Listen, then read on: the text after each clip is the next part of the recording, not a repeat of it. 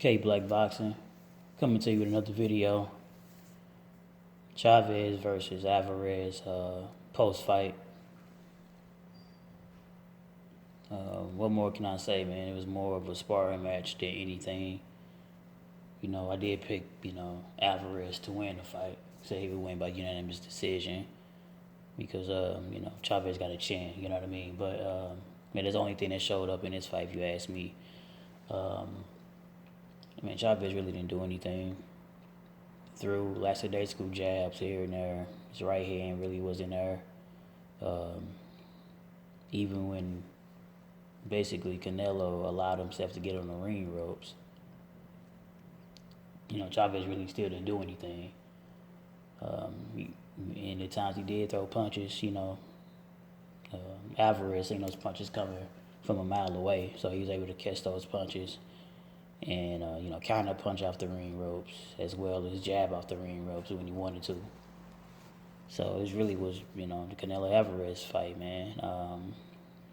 In my opinion, like I said, this was like a sparring match.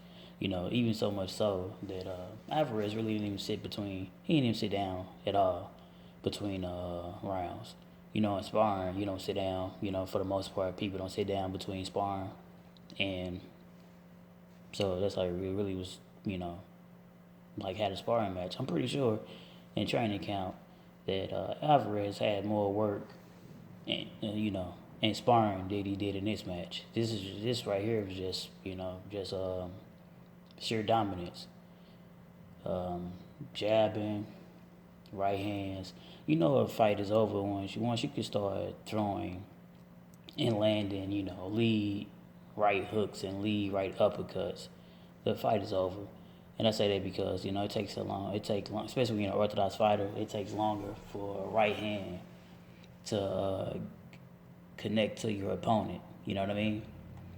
So, and that goes for a straight right hand. So imagine when you start throwing hooks and uppercuts with it, But he's basically playing in there. He's basically working out all the kinks, everything that he wanted to do.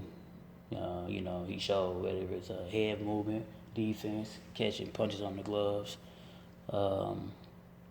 slipping punches, counter punching. Like I said, a lot of combination punches, man. He did it what he had to do in a fight, man. I said Chavez is Chavez.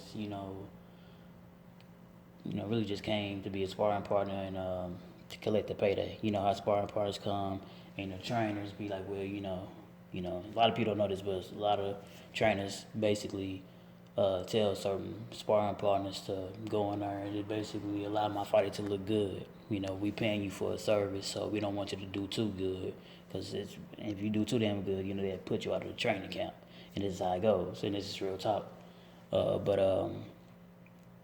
We paying you for a service, and so make our fighter look good. And basically that's what, they did with Chavez, you know what I mean?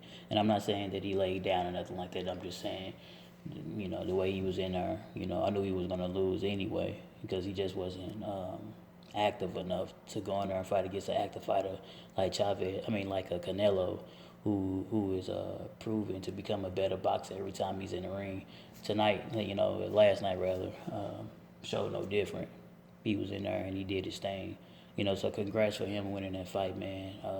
But on the other hand, after all that BS is out of the way, the best thing that happened was the unveiling of Canelo's next fight, which is Triple G, which is good for boxing. I'm glad they didn't wait till next year or the year after that. I'm glad they're actually doing it in September.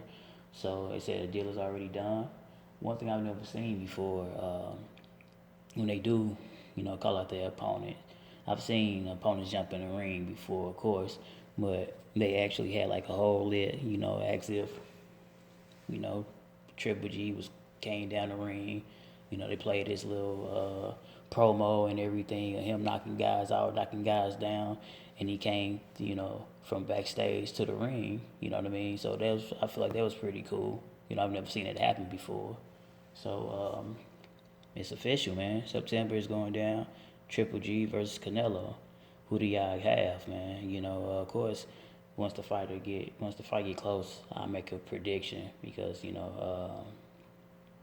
don't want to say anything right now. Anything can happen from now to September, but as of now, Triple G versus Canelo, long time coming, and I'm glad that it's happening because we really need to see who's the best is, and I'm glad that they just wasn't pulling Triple G along because they definitely could have still fought somebody else, man. So I said Triple G had an opportunity to become undisputed by fighting Billy Joe, but he said he would sit out and wait for the outcome on the fight. So it paid, it paid to sit out, I guess, in this case, because I know they're gonna get a pretty good payday for fighting Canelo, and it should be a good pay-per-view. You know what I mean? Who knows how it goes? But